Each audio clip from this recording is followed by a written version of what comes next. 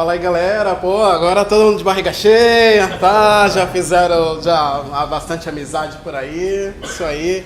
Galera da internet, isso aí. Pode voltar. Já estamos aí ao vivo. Espero que esteja o som aí, a imagem tudo direitinho. E, cara, agora eu vou apresentar um cara, meu, na boa.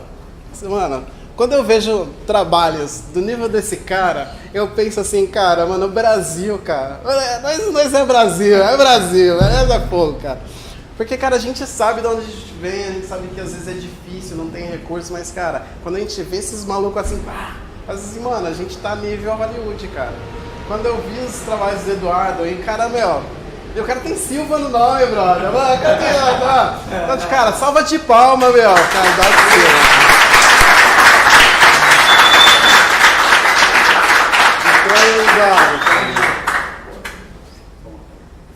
Bom, boa tarde. Primeiramente, valeu, todo mundo está aqui. Eduardo Silva, como o Bispo falou. Eu estou trabalhando hoje como freelancer e atendendo alguns mercados de game, cinemática e escultura para impressão. E eu vou mostrar um pouquinho do processo que eu hoje utilizo. Mas esse processo ele veio de um mercado que todo mundo aqui ou vai trabalhar ou já trabalhou, que é de publicidade. E engraçado que vendo o resto da galera falando, eu me vi e vi os passos que eu fiz, a galera fazendo também.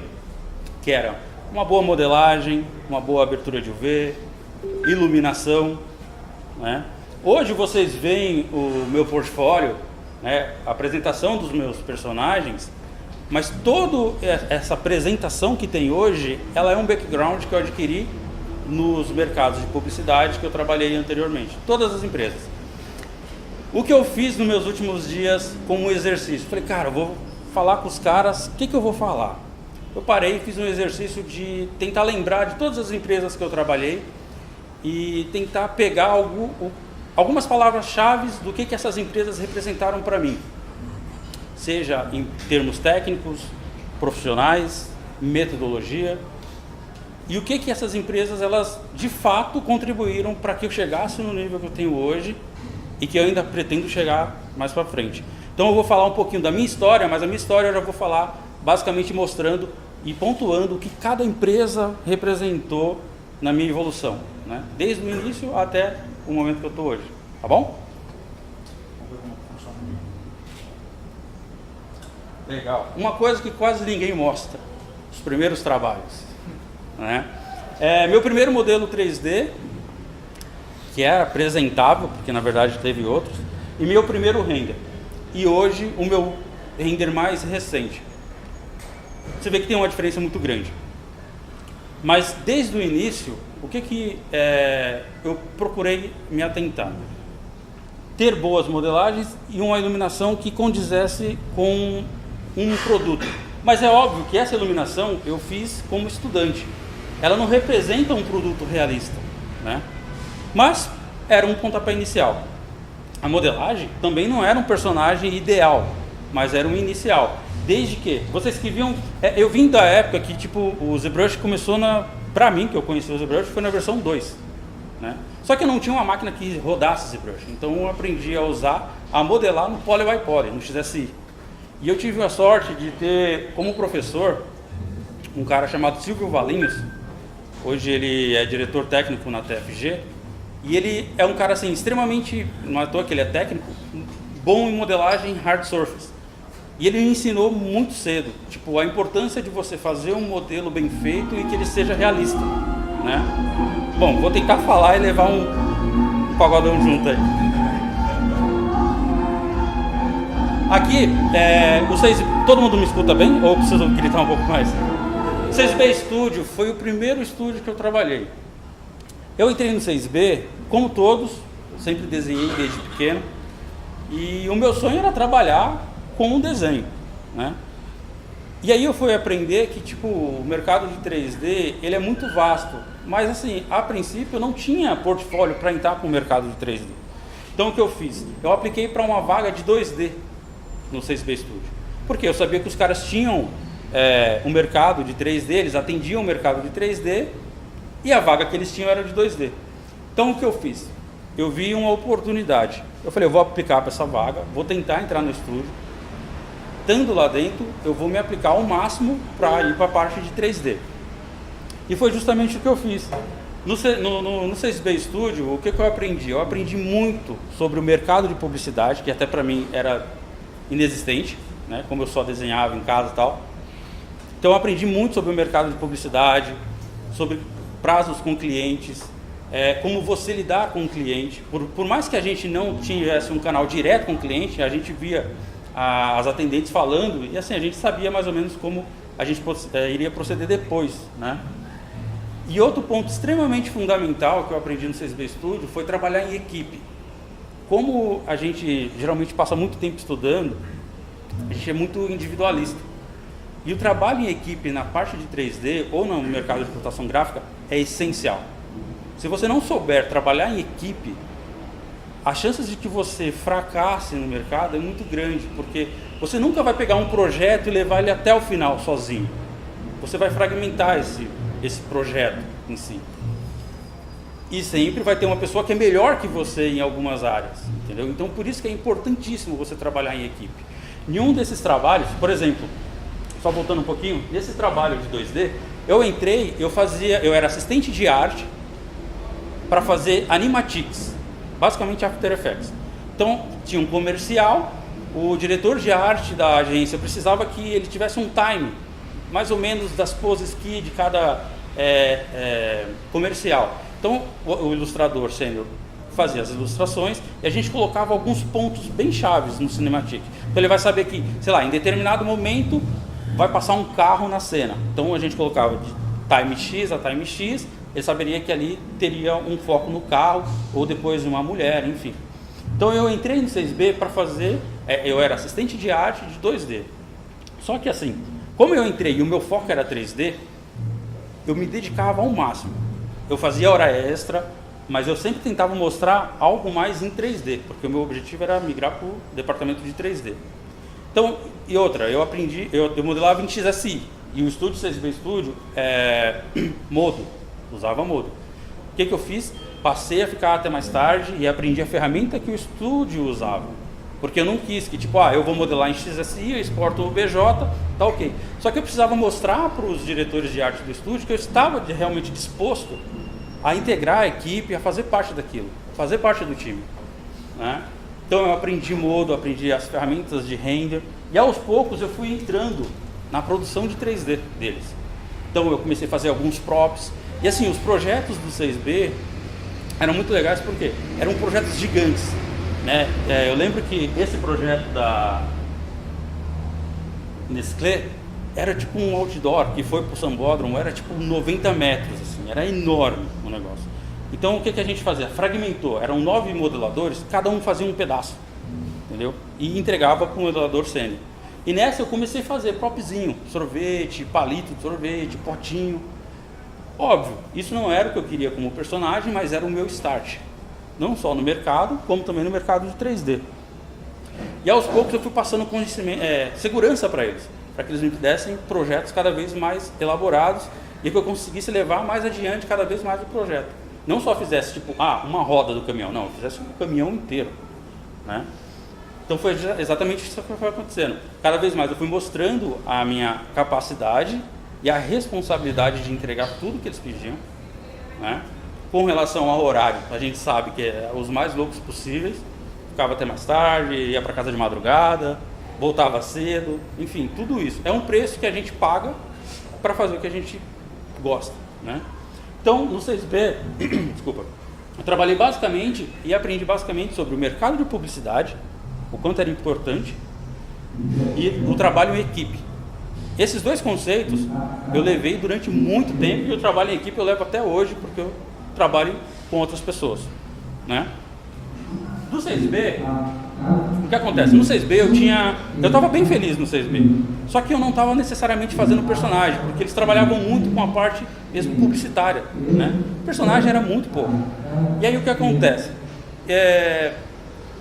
Um colega, esse mesmo Silvio Valenço que me deu aula, ele trabalhou na Artefato 23 com o Diego. E ele falou, ó, seguinte, tem uma vaga lá para um modelador. Você quer fazer o teste? Eu falei, claro, vou fazer. Ele falou, beleza, tem esse modelo aqui, você faz o teste e envia para o Diego, no fim de semana. Se não me engano era isso. Peguei e fiz o teste, enviei, o Diego gostou. Falou, chama o cara, vamos bater um papo. Como a Artefato era uma empresa micro, eram 2 pessoas, a entrevista foi a mais contraída possível, e ainda bem, né? Porque tipo, eu tava super nervoso, não ia conseguir ter uma boa postura diante do Diego. Aí eu fui para Artefato 23, né? Aí inclusive até pessoas me falaram assim, pô, você saiu do 6B, que era um estúdio mais conhecido, com uma equipe maior, e foi para um estúdio menor, que basicamente eram 3 pessoas, depois passou a ser 2 pessoas. Essa conta não faz sentido. Mas para mim fez muito sentido na época. Por quê? Eu troquei todo aquele suporte, aquela equipe, por algo que eu realmente gostava, que era estar trabalhando numa empresa que tinha projetos, cartoons e personagens, né? Então eu fui. O salário era equivalente.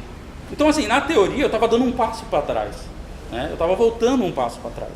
Só que na minha cabeça não. Isso foi o mais importante para mim. O importante é você sempre tentar ver a oportunidade que você tem e saber aproveitar. Às vezes, um passo para trás significa 2 à frente. Nunca esqueçam disso, isso é muito importante. Então, na Artefato, a gente fez muito personagens, a gente teve muito espaço para fazer trabalhos autorais e aprender. Artefato, como o Diego falou, ele é um cara extremamente metódico, o cara é organizado ao máximo. E isso foi um ponto que eu aprendi na Artefato, que hoje me salva a vida no processo que eu faço para as outras empresas. Ser organizado, isso aqui eu aprendi lá. Na época, eu fui para ele e salvava meus arquivos no desktop. Ele ficava louco. Mas assim, com ele eu aprendi isso, ser organizado e o mais importante, ferramentas. O Diego, ele é um cara que me ensinou muito o valor de você usar ferramentas certas para chegar no resultado mais objetivo possível e poupar menos tempo, né? Poupar mais tempo, no caso. Então lá foi onde eu migrei do XSI Modo para o 3D Max. O que acontece? Eu usava XSI e Modo. Os 2 softwares tinham uma parcela boa de mercado, XSI menos. Mas eu via que Max e Maya sempre teve uma parcela muito grande. Aí eu falei, ok, eu vou para o Artefato e vou trabalhar num software diferente. A pipeline do Diego ia ficar quebrada nisso aí. O arquivo que eu fizesse, ele não ia conseguir editar. Então eu cheguei para ele um dia e falei, Diego, seguinte cara, quero aprender Max, você me ensina? Falei, claro. Óbvio que para ele era ótimo, né? Então em um mês a gente pegou, sentou, ele me ensinou tudo. Dentro de uns 3 meses eu já estava totalmente habituado com o software e trabalhando na pipeline da melhor maneira possível. Os problemas praticamente ficaram nulos, porque o arquivo que eu fazia ia ir embora, de repente o Diego pegava e ele mesmo editava. Então mais uma vez eu estava me adaptando à empresa, mostrando para o Diego e para a empresa que eu estava disposto a fazer tudo o que fosse necessário para que o trabalho fosse adiante e gerasse menos problemas. E hoje eu vejo que mudar de software, a galera tem muita resistência em, eu vou aprender uma ferramenta nova, mas isso não é ruim. O ideal é que você esteja sempre aberto a aprender uma ferramenta nova, porque ela vai te dar opções, ou de resolver problemas mais rápidos, ou até mesmo de melhorar o seu processo. Então, quando eu passei a estudar Max e eu aprendi Max, eu falei, cara, isso aqui é o software que eu preciso para fazer modelagem poligonal e assim, vou estar no mercado, vou estar inserido, não vai ficar um software defasado tão rápido, porque logo em seguida o XSI morreu, a Autodesk matou o XSI, então obviamente eu ia ficar sem emprego, entendeu?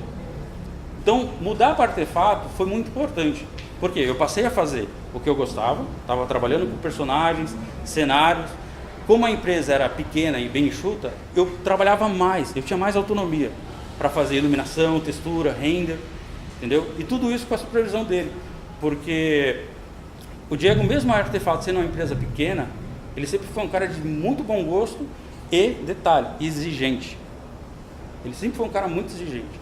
E ele sempre falava, cara, isso aqui não tá bom, vamos melhorar. Às vezes eu ficava puto. Às vezes eu ficava puto, porque eu achava que estava bom. Mas aí eu percebia que pela experiência que ele tinha, que era muito maior que a minha, e a minha, que era, ele estava certo. E eu sempre acatei. Não é, inclusive, até hoje, nos trabalhos que eu faço para impressão, ele está na minha lista de feedback. Mando o trabalho para ele e falo, Diegão, o que você acha? E ele sempre me passa o feedback. E é engraçado que todo feedback que ele faz, tem alguma coisa que eu ponho em prática e fica melhor. Não é porque eu estou na frente dele, estou falando num evento que supostamente é dele, gerenciado por ele, que eu estaria puxando a sardinha para ele. Mas de fato. Então o Artefato foi muito importante para mim nessa etapa. A próxima empresa que eu fui trabalhar, eu migrei bastante de empresa para empresa. Por quê? Algumas eram oportunidade, outras era financeiro. Querendo ou não, a gente tem que pagar as contas, isso é importante. Na Artefato, por mais que eu tivesse feliz fazendo personagens, modelos cartoons, eu tive uma oferta para ir para The Image Lab, Arizona, uma agência. E o porquê que eu troquei a Artefato pela The Image Lab? Se eu só iria fazer basicamente produtos lá. Financeiro. Basicamente foi financeiro.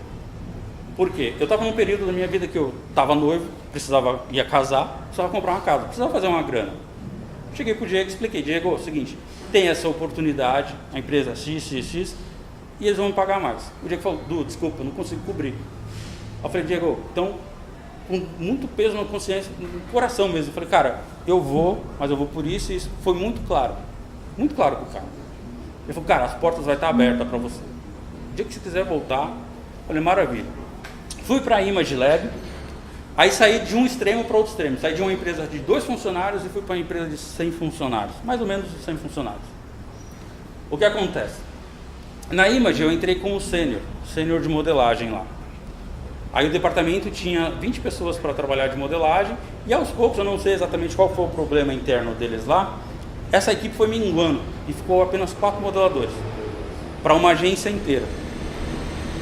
Então a gente foi trabalhando, virava a noite, virava a madrugada e tal, e a gente entregava. Na Image, basicamente, a gente atendia clientes e fazia produtos, backshots. Mas o que foi importante na Image para mim? Foi trabalhar diretamente com o setor de retoque da empresa. O que era o setor de retoque? Eram os caras que pegavam nossos renders 3D e faziam a mágica. Os caras montavam a composição e ficavam incríveis, sabe? A gente falava assim, pô, você quer a luz como? Aí então chegava o cara que era fotógrafo, retocador, ó, eu preciso de uma luz que venha de trás do objeto, essa luz aqui ela vai fazer um brilho na tampa do objeto que vai ficar legal, renderiza tudo separado e me manda. Na Image eu voltei a trabalhar com o Modo. Por que o Modo? Porque o Modo tem um render muito rápido e realista, então eles adotaram essa ferramenta lá. Então na Image eu fazia o render, fazia o modelo, fazia a textura, entregava o render, virava a cadeira, ia pro retocador e ficava vendo o cara retocar a minha imagem. E perguntava pro cara, mano, como é que você tá fazendo isso? O que você tá usando? Aí o cara falou, não, e os caras, assim, é engraçado, porque na nossa área tem pessoas que são bem, gostam de guardar o conhecimento, mas geralmente você acha pessoas que tá disposta a compartilhar. E eu tive muita sorte de pegar retocadores que falavam assim, não, cara, é assim que se faz. E me mostrar todo o processo de retocagem de imagem. Então, na Image, eu aprendi o valor de você fazer pós-produção em imagem. Tratar o render, não colocar o render no seu portfólio cru, do jeito que sai. Do renderizador V-Ray, Arnold, enfim. Tratar a imagem e deixar ela o mais atraente possível. Isso seja para um backshot ou para o personagem. Como a gente já ouviu aqui hoje, alguém falou, você é o que estão vendo de você. Então é melhor que você entregue um produto, um personagem com a melhor qualidade possível. Então isso não quer dizer que o processo de modelagem possa ser ignorado, você modelar alguma coisa mais ou menos.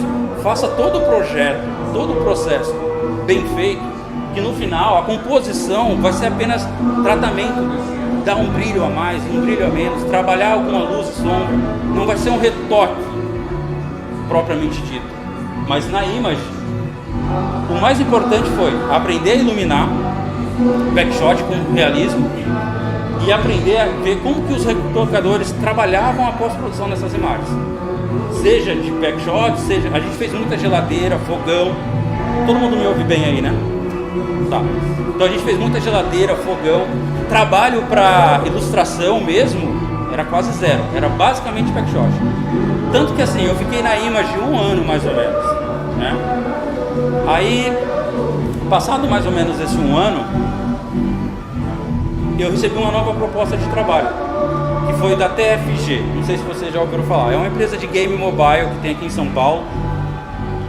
E aí o que acontece? A TFG simplesmente chegou e falou, ó, você recebe quanto? Eu falei, ó, eu recebo X, a gente cobra. Beleza, vou pra aí. Então eu saí da Image e fui pra TFG. Mas por quê? Eu não fui só pelo dinheiro, eu fui porque era um mercado que eu sempre tive vontade de conhecer, mercado de games. É claro, mobile é algo que a gente pensa assim, é algo mais limitado. Mas lembrem-se sempre, os consoles não eram essas potências que são hoje. E os celulares hoje têm qualidade de console, muito deles. É claro que para você fazer um jogo com a qualidade de console, o custo é muito alto. Então por isso que eles preferem fazer jogos mais casuais, que vai dar mais retorno para a empresa, né? Mas aí esses aqui são alguns títulos que eu trabalhei para a empresa TFG. Sendo que algum deles eu trabalhei como lead, cuidando do projeto diretamente. Trabalhando na TFG teve 2 pontos, um muito positivo e um que não foi tão positivo. Primeiro, como eu era de 2D, eu sempre tive meu background de 2D, eu cheguei para eles, mostrei tudo que eu sabia fazer e a gente foi trabalhando. Só que com o passar do tempo lá, eu trabalhei 3 anos lá, eu comecei a fazer muita interface de jogo. Os caras falavam assim, beleza, a gente tem o Eduardo que sabe fazer 2D, pô, ele vai resolver. Então em projetos como esse Flight Simulator, eu fazia modelo, fazia textura, fazia integração com a Unity, fazia a UI do jogo, eu praticamente publicava o jogo, entendeu? E nessa etapa eu acabei ficando meio desgostoso na empresa, porque assim, o meu foco era 3D, era trabalhar com 3D, e não tanto 2D. E aí a gente começou a perceber que os caminhos estavam indo se separando, né? Então chegou um determinado momento e falei, desculpa, mas eu entrei para o departamento de 3D e não de 2D. Eu até aceito, não tenho problema algum em trabalhar, ajudar a empresa em algum projeto de 2D. Mas o meu foco, eu quero ficar pelo menos 50% do meu tempo trabalhando com 3D. E era um período que a empresa estava crescendo muito e ela precisava realmente que tivesse mais artista de UI disponível. E a gente achou melhor, parar por ali. Então eu acabei saindo da TFG, mas não esquecendo. Na TFG eu aprendi a fazer modelo para game e otimizar muito esses modelos para mobile e ter qualidades muito boas, entendeu? Então eu fazia um modelo high poly que eu já sabia fazer, que eu aprendi lá atrás e eu aprendi a otimizar. Então já é mais algumas skills para o meu case, entendeu? Então quando eu saí da TFG, eu fiquei de freela por 6 meses. Aí eu recebi um convite de uma empresa chamada Miyagi, no Sul, e falou, a gente gosta do seu portfólio, quer vir pra cá? Aí eu falei assim, ele falou, só que precisa se mudar. Aí o que acontece? Eu sou casado, minha esposa ela é muito chegada à família, eu falei, cara, desculpa, não vai dar. Eu consigo ir aí fazer freela com vocês, mas me mudar não. Aí o Cássio, que é o diretor de lá, ele é muito gente boa, falou, cara, vem pra cá. Fica uma semana com a gente aqui, trabalha com a gente vai conversando. No final, acho que ele queria me persuadir a ficar lá. Mas eu trabalhei uma semana lá na Miyagi, foi fantástico.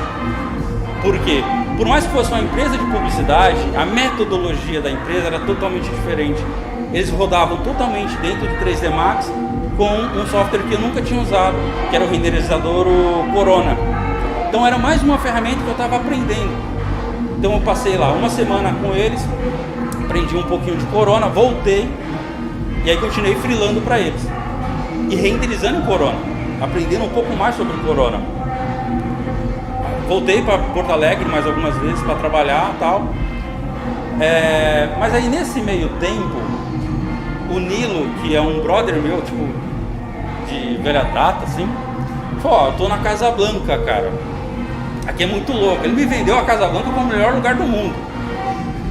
Eu falei, de fato, né? Eu falei, beleza, vou tentar ir. Aí ele falou, vem cá e conversa com o Ricardo. Eu falei, Ricardo? Quem é Ricardo? Aí, só pelo nome Ricardo não dá pra saber, né? Aí eu fui lá e falei, puta, Ricardo Luiz Mariano, cara, tô em casa. Aí conversei com o Ricardo, fiz a entrevista, mostrei o meu portfólio pra galera lá. E eles gostaram. Falaram, ó, Du, é o seguinte, a gente, depois conversando com o Ricardo, falou, ó, minha proposta é essa, tal, vai, conversa com o diretor lá e vê se eles aceitam. Fui, conversei, os caras aceitaram. Falei, beleza, então você vem pra cá. Eu comecei a trabalhar locado na Casa Blanca. Cara, o meu choque na Casa Blanca foi tipo... de todos os lugares que eu tinha trabalhado, a Casa Blanca foi o que mais me chocou. Por quê? Primeiro, eles trabalhavam com... Eles trabalham, na verdade, né, com environments gigantes. E nunca tinha feito nada tão grande assim, né? Então, às vezes você pegava construções enormes para fazer. Aí você fala, caralho, como eu vou resolver isso? Mas aí, tipo, você olhava para o lado, tinha um cara já mais experiente fazendo aquilo. Então você perguntava, oh, como é que faz isso aqui, tal, tal. E eles sempre explicavam o que era para ser feito. Outro ponto importante, lá eles usavam Maya. Eu entrei usando o Max, o Ricardo mesmo falou, cara, não tem problema algum, pode usar a Max aqui. Me exporta o BJ, tá valendo. Só que, como eu já tinha mudado de software com outras empresas, eu falei, não, vou tentar aprender o Maya aqui com vocês. Aí comecei a estudar Maya lá também, e ao passar do tempo eu comecei a entregar os arquivos dentro do Maya já. Com uma dificuldade gigante, mas comecei a entregar. E foi engraçado, porque assim, o Ricardo mesmo chegava em mim e falava, Du, cara, tá ótimo o projeto, cara, tá bacana, tá rolando direitinho. Então esse feedback dele me dava segurança de tipo, falar assim, não, realmente então eu tô entregando alguma coisa legal, vale a pena continuar me esforçando para entregar cada vez mais. Então esse projeto que eu trabalhei na Casa Blanca por 6 meses. Então eu peguei essa novela para fazer, eu não lembro qual que é o nome dela. Enfim, mas é bíblica. O que acontece? Tinha uns templos, cara, que eram assim, enormes. E aí eu falava, cara, como que a gente vai fazer isso? Vai fazer topologia disso? Não faz sentido, vai demorar uma vida. E aí eu aprendi na Casa Blanca uma coisa que eu aplico até hoje nos meus modelos para impressão, que é fazer modelo decimado com o V. Entendeu? Eu nem vou entregar muito a pipeline de vocês, senão gera um problema. Mas enfim, lá eu aprendi muito isso. Trabalhar com um modelo extremamente grande e pesado. A gente já fala depois? De trabalhar com o modelo decimado para o V. Com o V, perdão. Então o que a gente fazia? A gente fazia os modelos, High Poly no ZBrush, normal. Só que não precisava fazer topologia disso, porque ia demandar muito tempo. Então, qual que foi a forma que a equipe achou de resolver esse problema? Decimar os modelos e manter a UV, abrir a UV disso. Então você conseguia ter um modelo leve para ser renderizável e não um arquivo de ZBrush e com textura. Isso foi muito importante para mim. Isso eu uso no meu workflow hoje. Então, na Casa Blanca, extremamente importante. Essa parte do processo mudou a minha vida como eu trabalho hoje. E aprender um pouco mais sobre o mercado de VFX, que para mim era completamente nulo. Assim. Eu nunca tinha trabalhado, sabia que existia, sabia que tem muitas empresas aqui em São Paulo que faz, mas nunca tive um contato direto. E foi muito legal aprender o processo de de um prop, desde o início da modelagem, até quando ele é usado na composição final da cena. Entendeu? Então isso na Casa Blanca para mim foi muito importante, me enriqueceu demais. Por quê? Mais uma vez, a equipe era muito talentosa e generosa. Os caras não negaram o conhecimento de forma alguma. Entendeu? Então isso fez total diferença para mim. Feito isso, eu lembro que eu tive uma conversa com o Ricardo. Falei, Ricardo, é o seguinte, cara, eu tô feliz na Casa Blanca, gosto de fazer cenários, tô aprendendo. Cara, mas eu queria fazer personagem, velho. Aí ele falou, Du, personagem aqui é um na vida e um na morte, cara.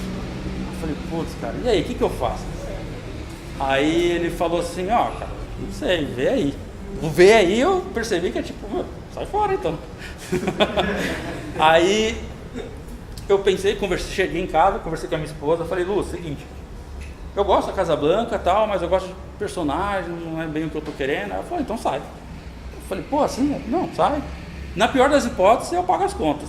Ah, então, perfeito, isso era o estímulo que eu precisava.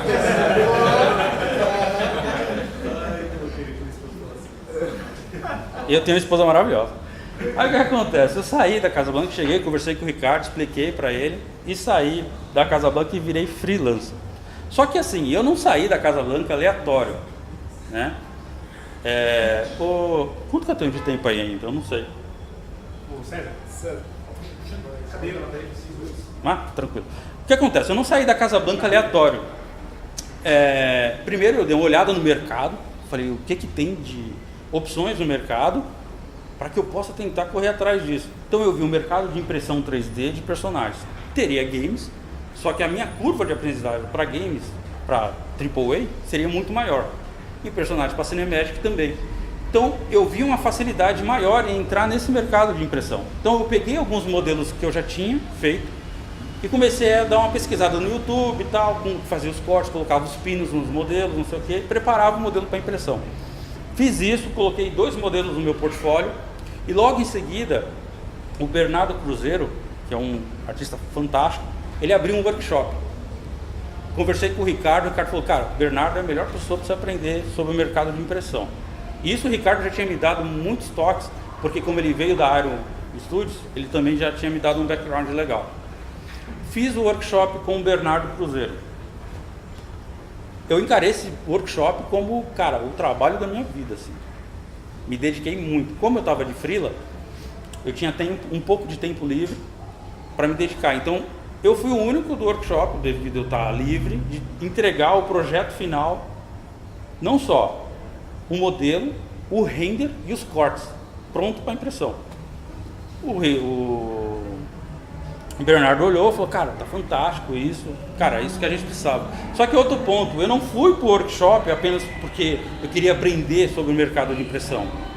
Primeiro, o Bernardo Cruzeiro era diretor de arte na Prime One, uma empresa que eu sempre admirei. Falei, cara, se eu conseguir chamar a atenção desse cara, é o cara certo, velho, para entrar. Então, eu mostrei para ele tudo que eu sabia fazer. Encarei o workshop, como eu disse, como trabalho da vida, me dediquei, fiz tudo extremamente caprichado. Entreguei o produto final e não deu outra. Ele chegou para mim e falou, Du, a gente tem uma oferta para você. A Prime está com um projeto e eu indiquei você lá, o que você acha? Você quer assumir? Eu falei, claro, vamos sim. E eu peguei um projeto da Prime para fazer, infelizmente eu não posso mostrar porque eu ainda estou com o NDA dele, mas aí eu, com o workshop, que eu levei extremamente a sério, consegui entrar na Prime One. Chamei a atenção do Bernardo Cruzeiro, mostrei que eu era capacitado para fazer e ele me colocou na equipe. Então eu trabalhei nesse projeto, que era um projeto teste, e foi tudo bem. Não teve uma curva de aprendizado, porque do que eu tinha feito olhando para o YouTube e para a produção da empresa, foi bem diferente. Até porque eu peguei um personagem extremamente complicado, que tinha muitos acessórios, e tudo isso tinha que ficar pronto para ir para a impressão. Eu precisava entregar o arquivo final direto para o cara que ia ir para a impressora. E não podia ter erro. Aí eu fiz tal, ele gostou. Aí eu continuei trabalhando com a Prime One, peguei mais um trabalho e tal.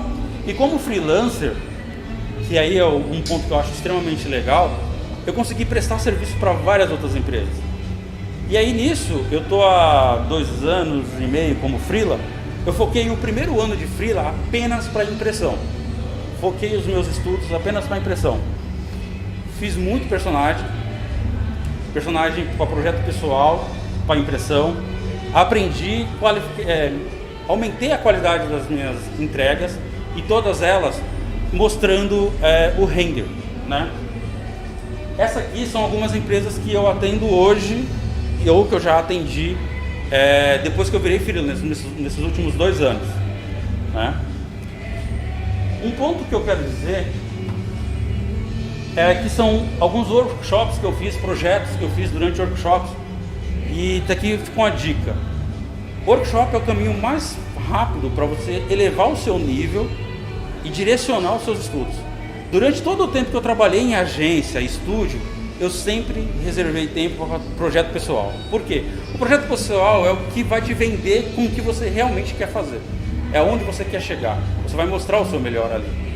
Então, eu fiz basicamente 4 workshops nesses últimos 4 anos. Fiz um com o Bruno Câmara, que ele estava na Rockstar recentemente, agora ele já mudou de trabalho. Fiz um com o Bruno Melo, Bruno Câmara, para Cinematic, os dois foi para Cinematic. Gilberto Magno para modelagem para game. Só que o que acontece? O do Gilberto Magno eu não consegui terminar a tempo, porque eu estava trabalhando em agência. Mas o que acontece? Todo o conhecimento que eu aprendi durante o workshop foi extremamente importante para entregar um projeto de cliente.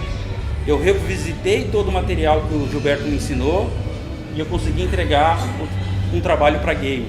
E depois eu consegui pegar mais e mais trabalhos de game. E esse aqui foi o projeto que eu fiz com o Bernardo Cruzeiro. Entendeu? E aqui que eu mostrei para ele que ó, eu tenho qualidade, eu posso fazer a entrega, posso mostrar uma peça finalizada. E hoje eu estou trabalhando com uma empresa chamada Que Colecionáveis e eu estou trabalhando não só as esculturas deles, como também trabalhando toda a parte visual. Não sei se todos viram, acho que talvez não. Um Juiz Dredd que eu fiz.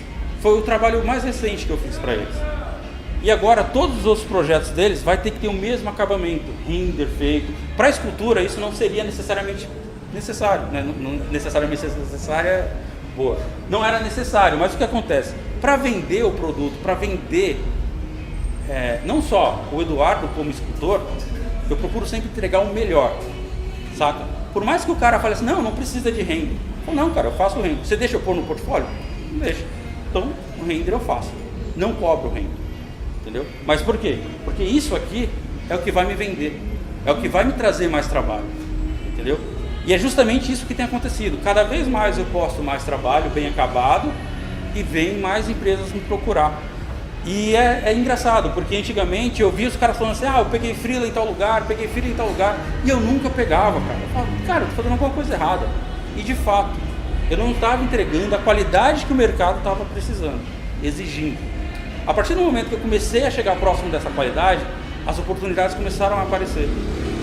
O importante, e para finalizar, todo o processo que eu aprendi na minha carreira até agora, me serviu de base para chegar nesse ponto aqui. Por mais que eu tivesse feito trabalhos que às vezes não era o que eu estava querendo, mas que sem dúvida nenhuma, esses trabalhos me serviu de alicerce para chegar aqui. E eu espero que assim, vocês passem a pensar muito bem. Hoje você pode estar fazendo um trabalho que você não gosta, mas tenta mesmo achar uma qualidade nesse trabalho. E aí você mira aonde você de fato quer chegar. Mas nunca esqueça que assim, o trabalho que você está não é 100% descartável. Ele pode servir de base mais para frente. Tá bom? Esse que eu queria falar para vocês. Valeu, obrigadão, viu?